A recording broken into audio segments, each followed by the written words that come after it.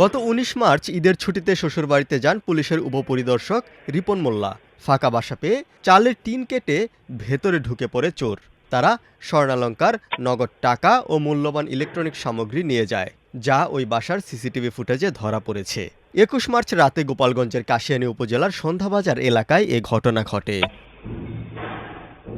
প্রায় ৯ ভরি স্বর্ণালংকার, ১২ ভরি রূপা, নগদ ২৬,০০০ টাকা এবং অন্যান্য মূল্যবান জিনিসপত্র নিয়ে যায় চোরেরা। সব মিলিয়ে প্রায় ৩০ লাখ টাকার সম্পদ চুরি হয়েছে বলে দাবি করেন তিনি।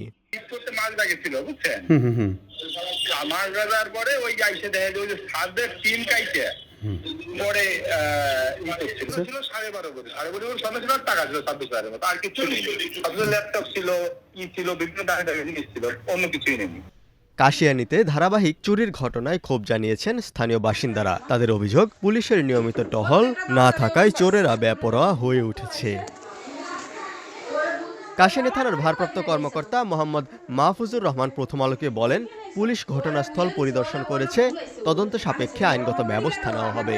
আমাদের একজন সাব ইন্সপেক্টরের বাসায় চুরি হয়েছে ঈদের বন্ধে, খালি বাসায়। হ্যাঁ, অভিযোগ হয়েছে। আমরা তদন্ত করতেছি, সাসপেক্ট করতেছি।